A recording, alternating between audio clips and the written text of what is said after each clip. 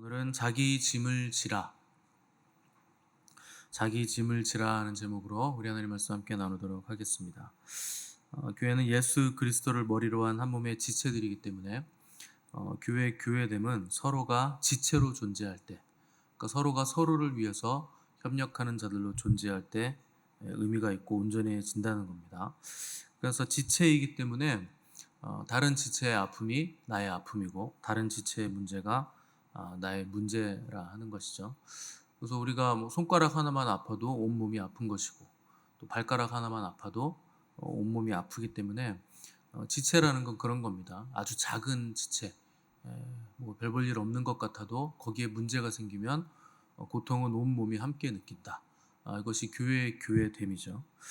근데 이거는 이론이 아니고 실제적인 것인데 우리는 이걸 이론적으로만 알고 있고 실제로는 그렇지 않은 것 같은 느낌을 계속 받죠. 그래서 이론을 배웠어도 실제로 그게 되는 데에는 시간이 오래 걸립니다. 그래서 여러분들이 뭐 무슨 요리 학원을 다니든 무슨 제빵 학원을 다니든 일단 배우잖아요. 뭐 이론도 배우고 실기도 배우고. 그래서 이제 배우고 나서 그걸 하지 않으면 다 까먹습니다. 그래서 그게 실제가 되려면 계속 그걸 해봐야 되는 거죠.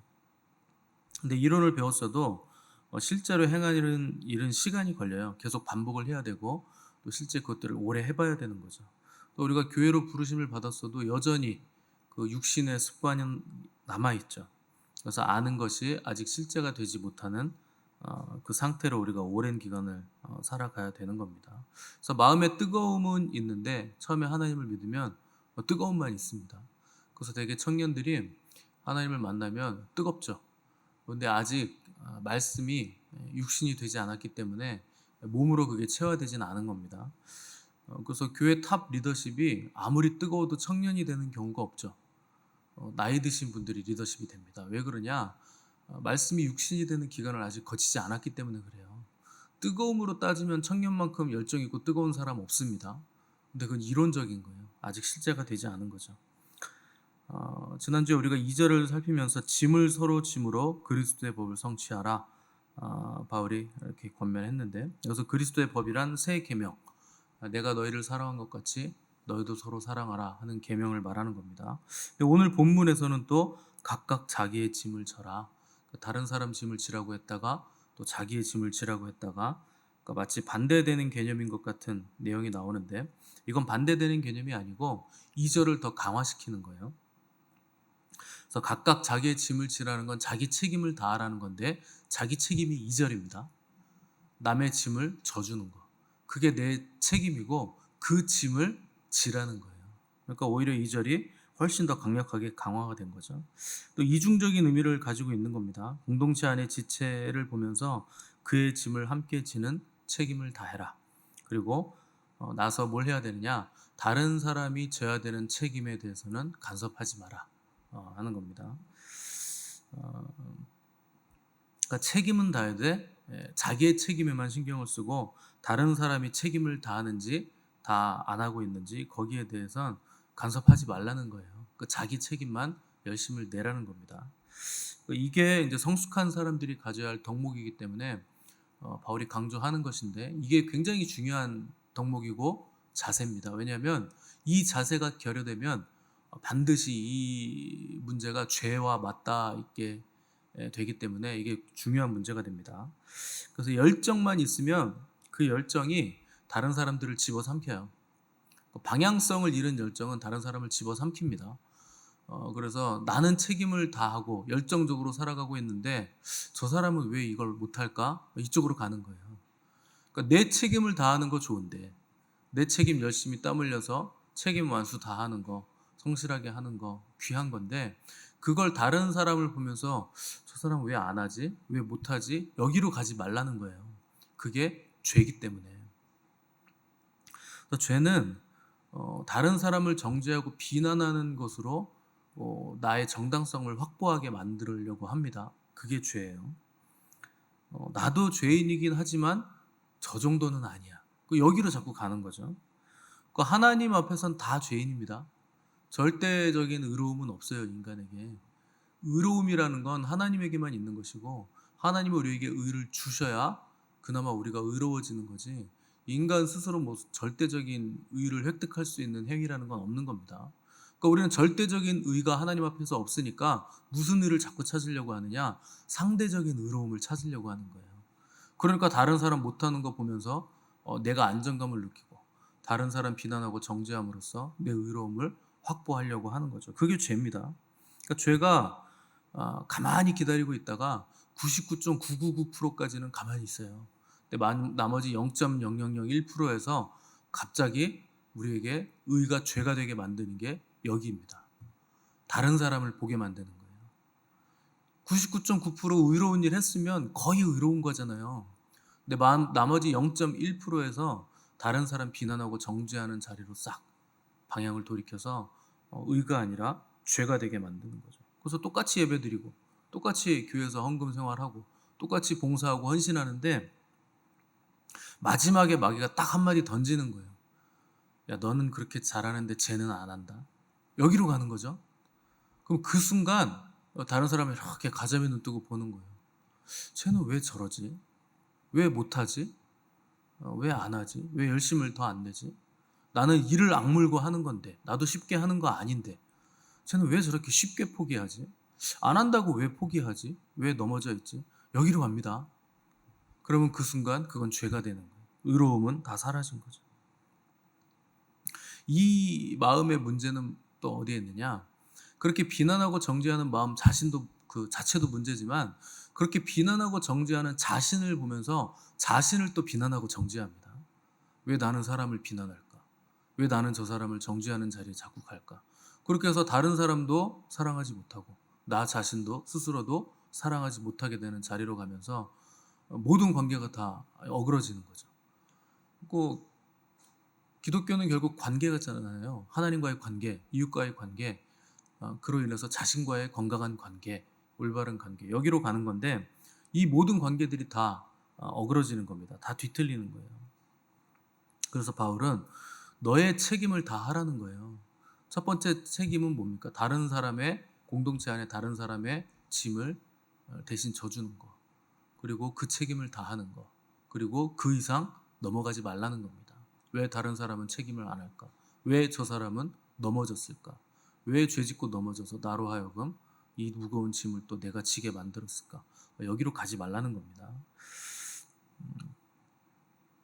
땀 흘려서 일하는 거 잘하는 건데, 분노의 감정이 생기는 자리, 거기까지 넘어가지 말라 하는 거예요. 그게 뭐냐? 자기를 부인하고 자기 십자가를 지는 거예요. 결국 그 자리로 가라는 거죠. 주님이 십자가를 지시는 사건을 성경은 아직 영광을 입으실 때가 되지 않았다, 뭐 영광을 입으셨다, 이렇게 표현합니다. 십자가를 지는 게 영광이라는 거죠. 그게 왜 영광이 됩니까? 다른 사람들의 짐을 져주기 때문에 영광이라는 거예요. 그 십자가라는 그 자리는 모든 인류의 죄의 짐을 몽땅 다 뒤집어 쓰는 거죠. 다 주님이 지시는 거죠. 지난 시간까지 왔던 모든 인류의 죄뿐만 아니라 현재 있는 인류의 죄, 그리고 앞으로 오고 올 모든 사람들의 아직 짓지 않은 죄까지도 주님이 다 십자가에서 다 짐을 지시는 거죠. 우리가 왜 주님께 모든 영광을 돌립니까? 그분이 모든 무거운 죄의 짐을 다 지셨기 때문에 그분께 우리가 영광을 돌리는 거죠. 그러니까 다른 사람의 짐을 지는 게 영광이기 때문에 우리의 짐을 대신 져주신 하나님께 우리가 모든 영광을 돌려드립니다. 영광이라는 히브리어가 무겁다라는 뜻이잖아요. 카바드라는 게 무겁다라는 뜻이에요. 여러분, 죄의 짐이 얼마나 무겁습니까? 한 사람의 죄의 짐도 여러분 스스로가 여러분의 죄의 짐을 질 수 있습니까? 못 져요. 그 무거운 짐을 우리가 어떻게 집니까? 그런데 모든 인류의 죄를 주님이 지셨다. 그 무거운 짐을 다 지셨기 때문에 그 영광을 주님께 우리가 다 돌려드린다는 거죠. 그러니까 우리가 하나님 아버지의 마음을 안다는 건 인간의 짐을 지고 계신 아버지의 마음을 우리가 헤아린다, 이런 뜻입니다. 그래서 우리가 그 마음을 헤아리고 아버지의 마음을 알았다면 우리도 각각 다른 사람의 짐을 대신 져주는 자리로 나아간다 하는 것이죠. 부모의 마음을 철이 들어서 알게 됐어요 하는 게 뭡니까? 자식과 가족을 위해서 무거운 짐을 지고 있는 부모를 이해하게 됐다. 뭐 그래서 그런 노래들 많이 있잖아요. 세상에도 아버지에 관한 노래, 어머니에 관한 노래. 그게 뭡니까? 얼마나 무거운 짐을 지고 살아왔는지 내가 나이가 들고 나니 조금은 알게 됐다. 그런 뜻이죠. 그래서 인생의 짐의 무게를 이해했다. 또 하나님이 우리를 위해 지신 짐이 얼마나 무거운 건지 조금이나마 알게 됐다. 그게 이제 아버지의 마음을 헤아리게 됐다는 뜻입니다. 그래서 계시록에 보면 하늘에 있는 것이나 땅에 있는 것이나 땅 아래에 있는 것이 모든 만물이 다 주님을 찬양하고 엎드려 경배한다. 이런 장면 볼 수 있죠. 그분이 지신 무거운 짐에 대한 그 공로를 인정한다는 거예요. 그래서 찬양한다는 거죠. 찬송을 드린다는 거죠. 하나님이 왜 높임을 받으십니까? 뭐 단순히 뭐 높은 곳에 계셔서 높으신 분이어서 높임을 받으실까요? 그분이 사랑의 짐을 지시기 때문에 높임을 받으시는 거예요. 가장 높으신 분이라는 거죠. 우리가 상대의 짐을 대신 지고 각각 자기의 짐을 지는 책임을 다하려면 반드시 우리가 어디로 가야 되느냐? 하나님께 가야 됩니다. 하나님만이 무거운 짐을 대신 질 수 있는 사랑을 우리에게 부어주실 수 있기 때문에 우리가 그래서 하나님 앞에 나가야 되는 거죠. 그래서 하나님의 사랑을 부음받아야 된다. 그렇지 않으면 절대 남의 짐을 대신 못 집니다. 자기를 부인하지 못한다는 거죠. 그래서 목사도 교회를 개척해봐야 그 목회를 알아요. 개척교회 뭐 그 성도가 몇 명이나 된다고 목회를 알게 되겠습니까? 근데 양으로 뭐 숫자로 아는 게 아니에요. 숫자가 적어도 내가 개척한 교회에 내 성도들에게 사랑의 짐을 내가 대신 져주는 그 일을 해봐야 그 목회를 아는 겁니다. 그래서 개척을 해본 목회자와 그렇지 않은 목회자 차이 많이 나요. 청빙받아서 남이 세워놓은 교회에 오면 사랑의 짐을 지는 게 아니라 자기 사람 만들기 바빠요. 그래서 결국에는 이렇게 편가르기 되는 거죠. 내 사람, 내 사람 아닌 사람 이렇게 편이 갈라지는 거예요. 그 사랑의 짐을 지고 대속을 해줘야 되는데 나중에는 막 이 목사님하고 저 목사님 막 편이 나눠져 가지고 싸우고 그래서 뭐 건물 안에서 예배 드리는 파 쫓겨나서 건물 앞에 마당에서 예배 드리는 파 이렇게 막 갈라지잖아요. 왜 목사파가 나눠집니까? 그 앞에 목사와 뒤에 목사가 결이 다르니까 나눠지는 거죠. 왜 그러냐? 사랑으로 짐을 대신 져주지 않았기 때문에 그래요. 사랑으로 쌓아 올리지 않았으니까. 그래서 로마서 16장 19절 보시면 바울이 이렇게 권면하죠. 선한 데 지혜롭고 악한 데는 미련하라. 악한 데 미련한 거 이거 굉장히 어려운 겁니다. 우리는요 천성적으로 악한데 지혜로워요. 그래서 본성상 악하죠. 마치 잡초를 막 뽑아도 계속 올라오는 것처럼 뿌리까지 다 뽑았는데 비가 한번 오잖아요. 또 잡초가 수북이 올라옵니다. 아니 뿌리까지 뽑았는데 어디서 그렇게 올라오나요? 그게 죄예요. 뿌리까지 뽑았는지 알았는데 한번 비만 오면 조건만 맞으면 죄가 그냥 무성하게 올라오죠. 그러니까 악한데 굉장히 발빠른 게 인간의 본성이죠. 어린아이들 보세요. 금방 할 수 있어요. 어떤 부모가 자식 키우면서 너는 거짓말을 열심히 하면서 살아라. 다른 사람 미워하면서 살아라. 이렇게 가르치는 부모가 어디 있습니까? 그런데요. 어린아이들이요. 거짓말을 밥 먹듯이 합니다. 먹었는데 안 먹었다 그러고 했는데 안 했다 그러고 말도 얼마나 부정적인 말을 빨리 배웁니까? 엄마 아빠 먼저 배우죠. 그 다음부터는 무슨 말 합니까? 안 해. 미워. 안 먹어. 싫어. 이런 거부터 먼저 해요. 말을. 희한하죠. 죄다 부정적인 말부터 배우더라. 왜 그러냐? 부모가 그걸 가리켜서가 아니에요.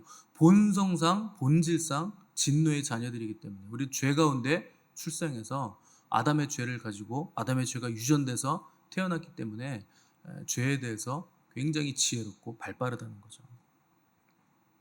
그래서 교회 안에서도 이렇게 뭐 싸움이 생기고 문제가 생기는 건 뭐냐? 옳다고 하면서 싸웁니다. 여러분 싸우는데 야 내가 잘못됐어 한바탕 붙어봐 이렇게 싸우는 사람 보셨어요? 내가 잘못했어 붙어 뭐 이렇게 안 싸웁니다. 내가 잘했어 내가 옳아 그러고 싸워요. 옳은데 왜 싸웁니까? 옳으면 싸움이 날 일이 없어요. 정말 옳은데 어떻게 싸워요? 그러니까 싸우는 거지. 옳으면 자기를 부인합니다. 그게 옳음이에요. 근데 자기를 내세우잖아요. 싸움이라는 건. 그래서 옳지 않다는 거예요. 정말 옳으면 자기를 부인하고 자기 십자가를 지고 다른 사람의 잘못된 거 내가 감수하고 자기가 짐을 대신 져주는 자리로 가겠죠. 그런데 옳지 않으니까 자기 의를 내세우더라. 자기 의를 내세우니까 갈등과 분쟁이 생겨날 수밖에 없다는 거죠. 그래서 마귀는 끝까지 야 네가 옳아. 너의 옳음을 끝까지 붙잡아. 이렇게 속삭입니다. 그게 마귀 의식이에요. 그게 자의식이에요. 근데 성령님은 하나님의 임재를 붙들게 만들죠. 하나님의 임재라는 건 하나님의 임재가 뭡니까? 십자가예요. 자기를 부인하는 자리로 가는 거. 근데 마귀는 너를 붙잡아라. 이걸 강요하는 거죠. 무슨 일을 해도 네가 중요하고 네가 은혜 받아야 되고 뭔가 순위를 매기고 등급을 만들어서 내가 더 뛰어나게 돋보여야 되고 내가 1등해야 되고 그렇게 계속 우리를 자극하죠. 천국에 갈 때도 내가 1번으로 가야 돼요. 경주해가지고 마치 순위를 매기듯이. 아니 무슨 천국을 그렇게 갑니까? 경쟁해서 가요? 순위 매겨서 가요? 내가 더 잘남으로 천국을 갑니까? 그렇게 가는 천국이 어디 있습니까? 그렇게 가는 천국이 있다면 그건 천국이 아닌 거죠. 다른 사람을 밟고 올라서서 내가 가야 돼. 쟤는 안 가도 돼. 내가 가야 돼. 그럼 그건 이미 천국이 아닌 거죠. 이상한 데 가 있는 거죠. 그래서 무슨 일을 하든지 성령 충만한가 자의식이 충만한가 이걸 잘 보셔야 됩니다. 열매가 아름답지 않으면 그건 성령 충만이 아니고 자기 충만이에요. 열심히 한다고 했는데 분쟁이 생기고 마음의 상처를 받고 누군가 소외되는 사람이 생기고 억울해진 사람이 생기면 자기 충만했던 거죠. 성령 충만은 그렇게 나올 리가 없죠. 그래서 은혜 없는 교회들을 보면요. 그런 것들을 메꾸려고 뭐를 하느냐? 뭔가 활동을 많이 합니다. 동호회 활동 같은 거 많이 해요. 그래서 등산 모임도 있고 뭐 자전거 타러 가는 모임도 있고 탁구 치는 모임도 있고 심지어 담임 목사님하고 당구 치시는 분들도 계시더군요. 여자분들은 진짜 그 꼴보기 싫지 않습니까? 당구장에 남자분들 모여 있는 거. 뭐 그런 걸 하는 거예요. 뭐 낚시 가시는 분들도 있고 교회 안에서 뭐 좋은 일 한다고 양로원 찾아다니시는 교회도 있고 그게 나쁘다는 게 아니에요. 근데 결국 그런 모임이 강화되면 혼이 강화되고 그런 모임이 많아지면 많아질수록 시설이 많이 필요해집니다. 그럼 교회를 크게 지으셔야 돼요. 뭐 방도 많아야 되고 시설도 많아야 되고 나중에 뭐까지 만드는 줄 아세요? 교회 묘지까지 만들어요. 그래서 원로 목사님 교회 묘지에 탁 먼저 묻어놓고 나는 죽어서 우리 교회 묘지에 묻히는 게 소망이래요. 교회가 왜 묘지를 만듭니까? 굳이 그거 왜 만들어요? 그 하나님 임재하고 아무 상관없는 거예요. 그래서 교회 건물 크게 만들고 시설 늘리고 확충하고 그게 중요한 게 아니고 내 안에 하나님이 계신 성전 만드는 거 그게 제일 중요한 거예요. 교회는 건물이나 시설이 아니고 우리가 성전이기 때문에 우리가 교회이기 때문에 하나님의 임재가 내 안에서 커지는 거 그게 중요한 거죠. 그래서 바울은 3절에서 만일 누가 아무것도 되지 못하고 된 줄로 생각하면 스스로 속임이라. 시설이 확충되고 뭐가 커지고 뭐가 위로 올라가고 뛰어나지고 돈이 많아지고 이러면요 뭐가 된 것 같아요. 근데 그게 스스로 속는 거라는 거예요. 여러분 은혜를 받으면요 우리가 막 명석해지고 날카로워지고 총명해질 것 같지만 그렇지 않습니다. 은혜 받은 과정에 들어가면 사람이 멍해져요. 자의식이 사라져요. 그래서 가장 먼저 티나는 게 뭐냐? 돈 계산이 잘 안 됩니다. 내가 얼마를 10,000원짜리를 냈는데 얼마짜리 뭐 콩나물을 사든 두부를 사든 뭘 사든 얼마 받아야 되는지 계산이 잘 안 됩니다. 그만큼 자의식이 사라지고 그 계산적인 생각이 사라지는 거예요. 실제로 그래요. 실제로 은혜 받을 때 보면 돈 계산이 잘 안 되고 내가 지금 뭐 하러 왔지? 뭐 이런 식으로 막 멍해집니다. 그러니까 내가 점점 사라지면 그렇게 돼 있어요. 하나님의 은혜가 모든 걸 공급해 주니까 내가 신경을 안 써도 된다는 거예요. 그런 시기를 지나갑니다. 약삭바람이 사라지는 거죠. 그렇게 살면 은혜로 살면 하나님께 받은 거 있으니까 또 옆으로 흘려보내게 되죠. 상대가 보이지 내가 잘 보이지 않더라는 거죠. 그래서 목사도 목회할 때 사람을 상대로 막 이렇게 사람 바라보면서 목회하면 상처받아요. 뜯기고. 뭘 바라봐야 되느냐. 성도들도 마찬가지입니다. 우리가 바라봐야 될 건 하나님이에요. 사람을 자꾸 바라보면 안 되고 나를 자꾸 바라보면 안 되는 겁니다. 하나님을 상대로 하면 하나님이 다 갚아줘요. 근데 우리는 늘상 사람 보고 계산하고 약삭 빠르게 뭘 하려고 그러고 내가 이만큼 했으니까 저도 이만큼 해주겠지. 그건 사람을 바라보고 있는 거죠. 하나님을 보고 하면 하나님이 다 갚아주시는데 그러면 아쉬울 것도 없고 뭐 서러울 것도 없고 계산할 필요도 없는 거죠. 그러니까 내 힘으로 상대를 고치려고 하니까 내 힘으로 상대에게 영향을 주려고 하니까 그 목회를 하든 뭐를 하든 뭐 교제를 하든 전부 다 죽을 맛인 거예요. 내 맘 같지 않네. 이런 얘기 나오는 거죠. 그럼 뭐 내 맘 같지 않지 어떻게 다른 사람이 내 맘 같습니까? 똑같은 사람이 아닌데. 바울 사도는 각각 자기의 일을 살피고 각각 자기의 짐을 져라. 이걸로 충분하다는 거예요. 내가 내 짐을 지는 거 그거면 충분하다는 거죠. 그리고 하나님을 바라봐라. 다른 사람이 실수하는 거 그거 보지 말라는 거예요. 그 사람이 실수했으면 그 사람의 짐을 내가 대신 져주는 거. 거기까지만 우리의 책임이라는 거예요. 짐을 내가 왜 또 져야 되네. 왜 또 넘어져가지고 사람 힘들게 만드네. 어쩌네 저쩌네. 그런 거 하지 말라는 겁니다. 그 일은요. 하나님이 하실 일이에요. 근데 우린 자꾸 하나님의 자리로 가려고 하죠. 너 왜 그랬어? 왜 그따위 짓을 했어? 왜 넘어졌어? 그거 하나님이 하실 일이라는 거예요. 그래서 4절 보시면 각각 자기의 일을 살피라. 너나 잘하세요. 뭐 이렇게 된 겁니다. 자기의 일을 살피라. 그리하면 자랑할 것이 자기에게는 있어도 남에게는 있지 아니하리라. 내가 나를 살피는 게 나의 자랑이 되는 거지 다른 사람을 살핀다고 그게 내 자랑 되는 게 아니라는 거예요. 다른 사람 참견해가지고 내 자랑 되는 건 뭡니까? 그 사람의 약함이 나에게 안정감을 줬다는 거죠. 그 사람의 넘어짐이 실패가 나의 의로움이 됐다는 거죠. 나는 저 정도는 아니지. 그게 내 자랑이 됐다는 거예요. 그렇게 하지 말라는 거예요. 그래서 우리의 자랑은 상대의 실수를 통해서 내가 그 사람의 짐을 대신 져주는 거, 그 충실하게 짐을 지는 거, 그 책임을 다하는 거, 그게 우리의 명예고 우리의 자랑이고 그리스도인의 긍지라는 거죠. 그래서 이 그리스도인의 명예와 긍지가 오늘 저와 여러분에게 있기를 바라고, 이해되지 않는 자리에 있을지라도 이해를 추구하기보다 여러분 사랑과 임재로 하나님의 의를 드러내는 그 자리에 항상 서 계시는 복된 저 여러분의 삶이 되시기를 간절히 바랍니다.